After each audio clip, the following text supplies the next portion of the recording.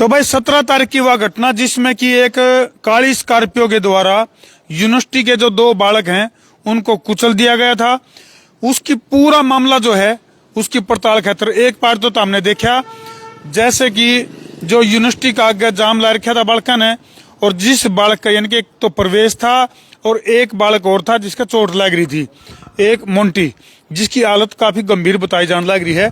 और यह वह काली स्कॉर्पियो है भाई जिसके द्वारा न्यू मामला लेकर का आने लग रहा है, या फिर प्रवेश जो कि उस समय मौका वारदात पर जब जाम ला रखा था यूनिवर्सिटी के बालका ने। ये जींद का मामला है भाई 17/11/2025 का, जिसमें कि यूनिवर्सिटी के जो बच्चे हैं उनने पूरी तरह से यूनिवर्सिटी गेट को जाम कर दिया था और इस काली स्कॉर्पियो के ऊपर आरोप लगे थे, यानी कि इसको जो चलान लग रहा था जो बालक था कार्तिकेय, उसके द्वारा जो है उन बच्चे के ऊपर इस गाड़ी से हमला किया गया। तो कार्तिकेय के जो पिता हैं वो हमारे साथ मौजूद हैं और काफी कुछ आरोप प्रत्यारोप का मामला भी लेकर आने लग रहा है। हाँ जी, शुभ नाम जी? जी, मेरा नाम सूरत सिंह है भाई साहब। सूरत सिंह जी। तो सूरत जी, घटना काफी सुर्खियों में रही और ये जो काली स्कॉर्पियो है काफी चर्चाओं का विषय रही। अभी जो बेटा है आपका कार्तिकेय, उसने इस काली स्कॉर्पियो से 2 यूनिवर्सिटी के जो बच्चे हैं उनको मारने में कसर कौन छोड़ी, अधमरा कर दिया, काफी चोट लगी। बिल्कुल, मैंने वो सारी वीडियो देखी थी ध्यान से। तो जो भी आरोप लगाए गए हैं वो निराधार हैं। उनके पीछे की जो सच्चाई है वो कुछ और है जो आज मैं आपके सामने रखना चाह रहा हूँ।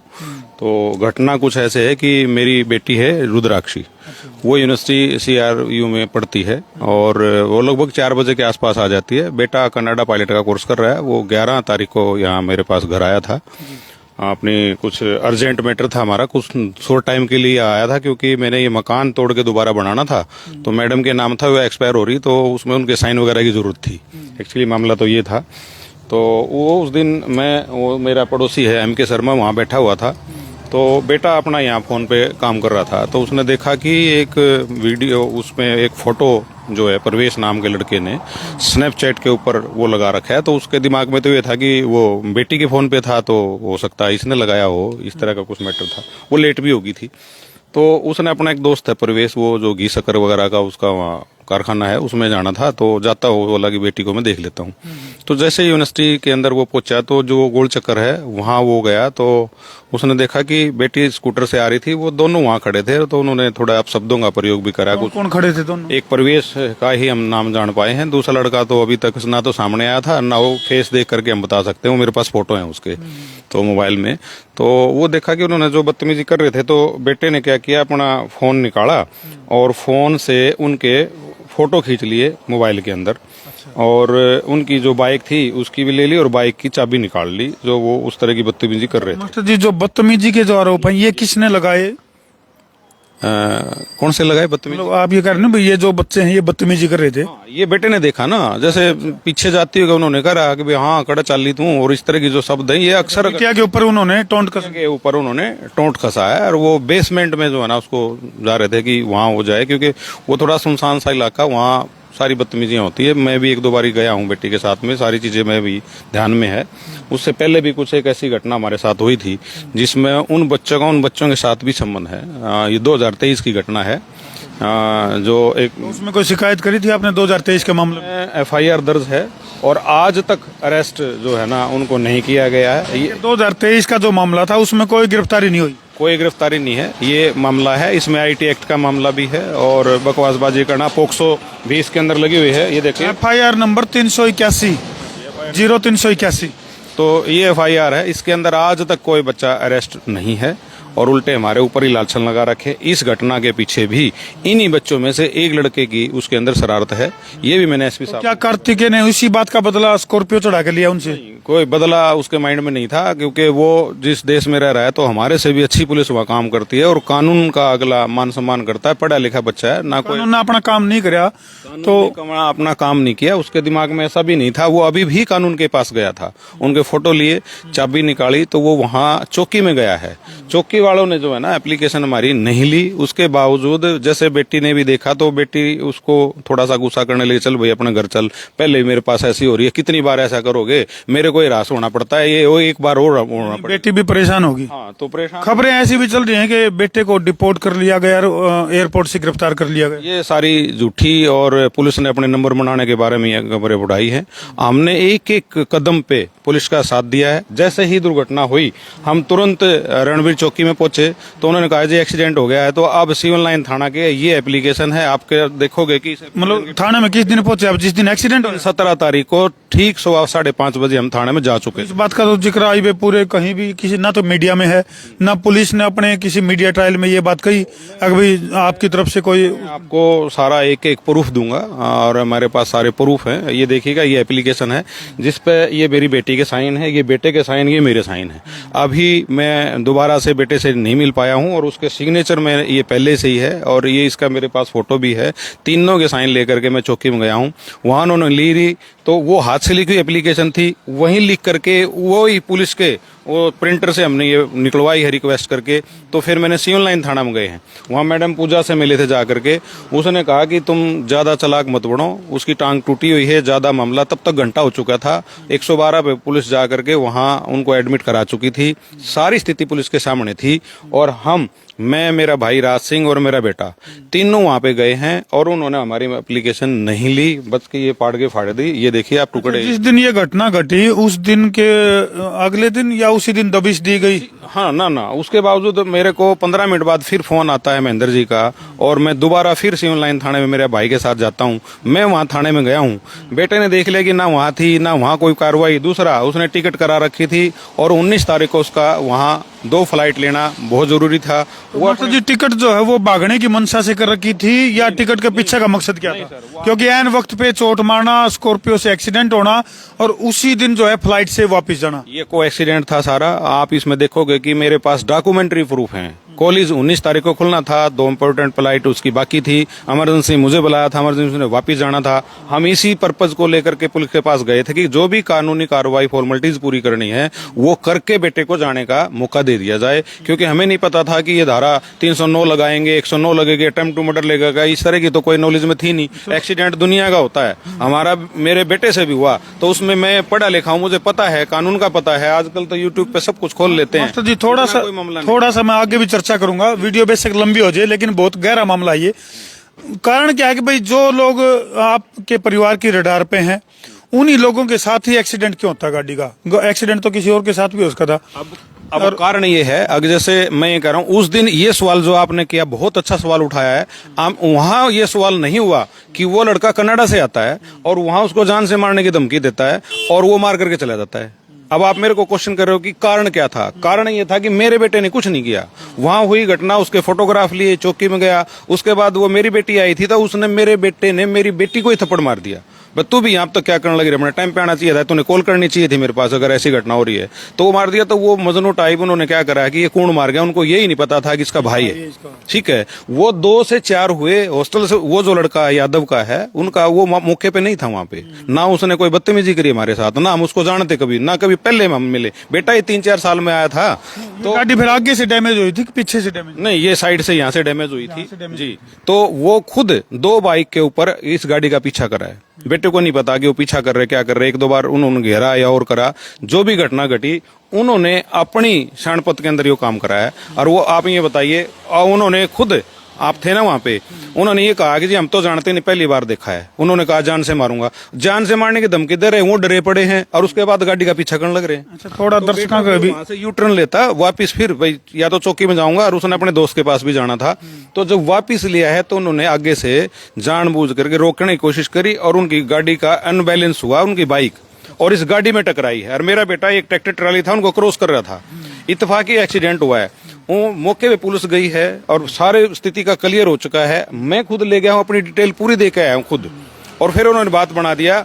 ये है इसमें जो एक्सीडेंट में 2 युवकों को चोट लगी है, एक तो परवेश है और दूसरा क्या नाम है उसका, मोंटी, तनिष नाम। हाँ, तो क्या इसमें से मतलब आपके परिवार के साथ भिड़ंत कौन से युवक की थी? परवेश की चोट उस युवक को ज्यादा लग रही है? हाँ, क्योंकि गाड़ी परवेश चला रहा था तो और वो पीछे बैठा था। तो उस युवक से या उसके परिवार से कोई संपर्क साधा आपने? क्योंकि जाने अनजाने हुई हो या जानबूझ के लगी हो चोट, तो परिवार से संपर्क किया आपने? हाँ, मैंने उसके पापा के पास फोन करा था। वो उस टाइम काफी, देखो चोट भी ज्यादा है, कोई भी बाप अगर मैं भी होता तो मैं भी शायद यही रिएक्शन देता, तो काफी गुस्से में थे। तो मैंने उनसे रिक्वेस्ट करी थी जी मैं एक बार थोड़ा हालचाल जानना चाह रहा था, और आपका बेटा इसमें इतना ज्यादा फाल्टी नहीं था, तो मैं, हाँ वो कसूर में भी नहीं था। देखो कसूर में इतना तो था कि वो उसके साथ बैठ करके कुछ तो करने आया है, तो वो जब लेके आया, ये मैं नहीं जानता कि उसने उसको सच्चाई बता के लेके आया या बगैर सच्चाई के वो आया है, लेकिन वो बिठा करके तुरंत घटना के बाद गाड़ी के साथ 4 बच्चों को आना, मैं ये पूछना चाह रहा हूँ कि उनका पर्पज क्या था। तो मास्टर जी उसके बाद जैसे पुलिस का एक्शन और रिएक्शन क्या रहा आपके प्रति, या फिर? देखिए शुरुआत में पुलिस का जो एक्शन था, जैसे हम गए वो शायद ठीक था, लेकिन उसके बाद जैसे जैसे कोई राजनीतिक दबाव आता है या कोई फोन आता है तो तुरंत पुलिस के विचार बदल जाते हैं। पहले हम पुलिस में जाते हैं, ना मेरे बेटे को गिरफ्तार कर रहे हैं, ना हमारी एप्लीकेशन ले रहे हैं। उसके बाद गए हो पुलिस के पास?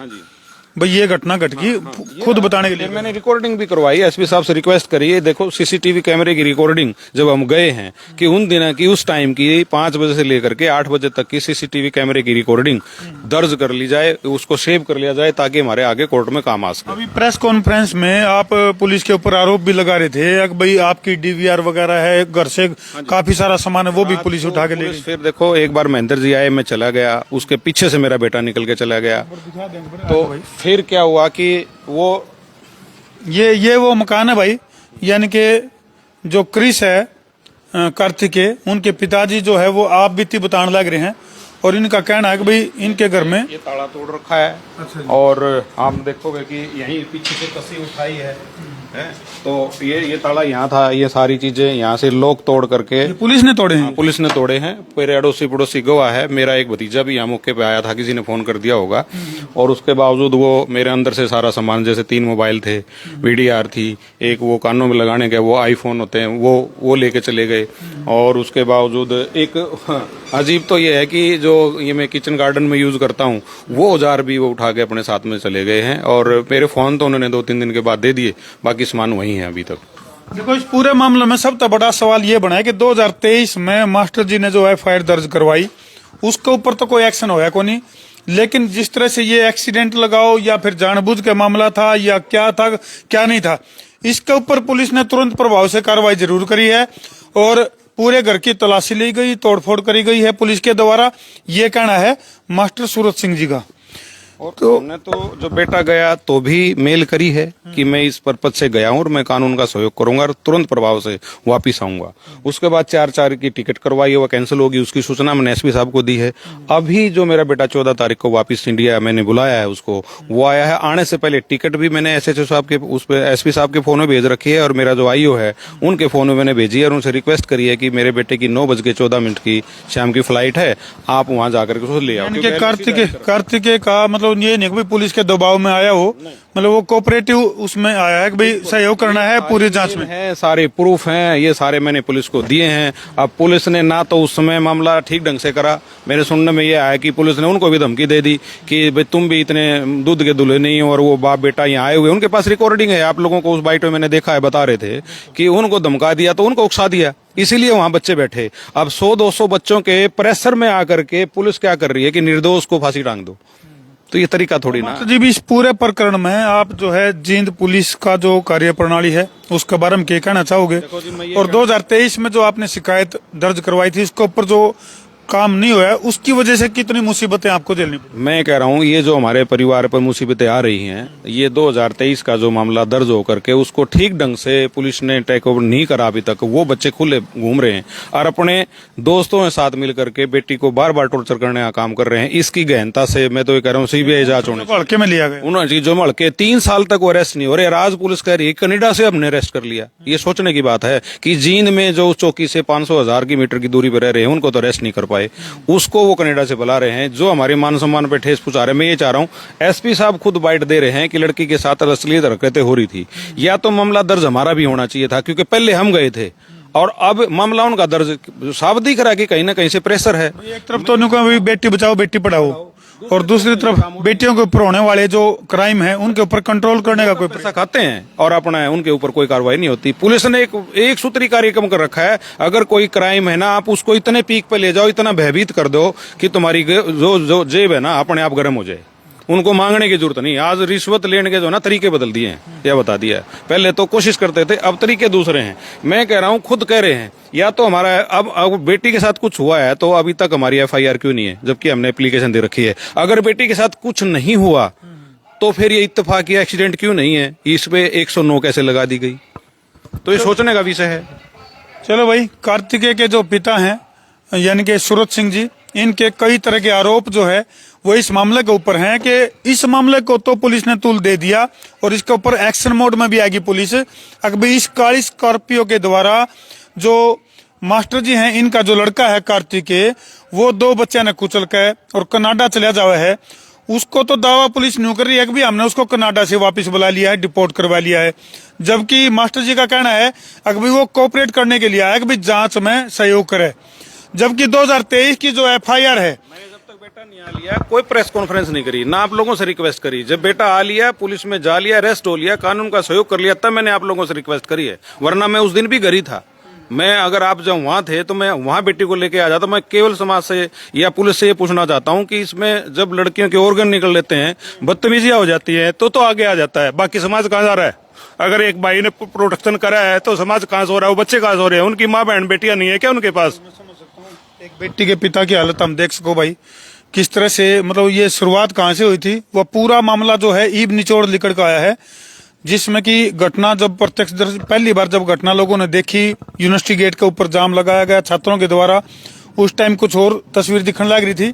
लेकिन फिलहाल खुद परिवार ने सामने आकर जो पूरा मामला बताया है, अगर भाई इसमें यह घटना कोई न्यू कोनिक भी केवल एक्सीडेंटल है, इसके पीछे की पूरी जो स्टोरी है बैक एंड की, वह तारा कुछ समझ में भी आएगी होगी।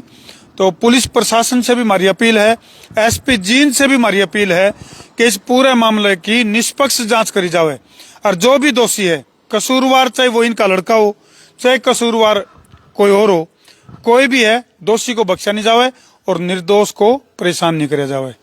तो ये पूरा मामला हमने तरतीब बताया भाई, कमेंट करके तुम भी बताइयो। और भाई इस मामले में भी अगर लग गया कि भी दूसरे पक्ष के पास कुछ और अपनी बात बताने के लिए है तो वो हमारे साथ संपर्क कर सकता है। हमारे मोबाइल नंबर है 90 349 20 777 और दूसरा नंबर है 93 544 55 111। इन नंबर पर संपर्क करके वो अपना पक्ष रख सके हैं, ताकि पूरा मामला का दूध और पानी का पानी हो सके। कर दो वीडियो ने शेयर। मैं हूँ आपका अपना देसी पत्रकार धर्मू।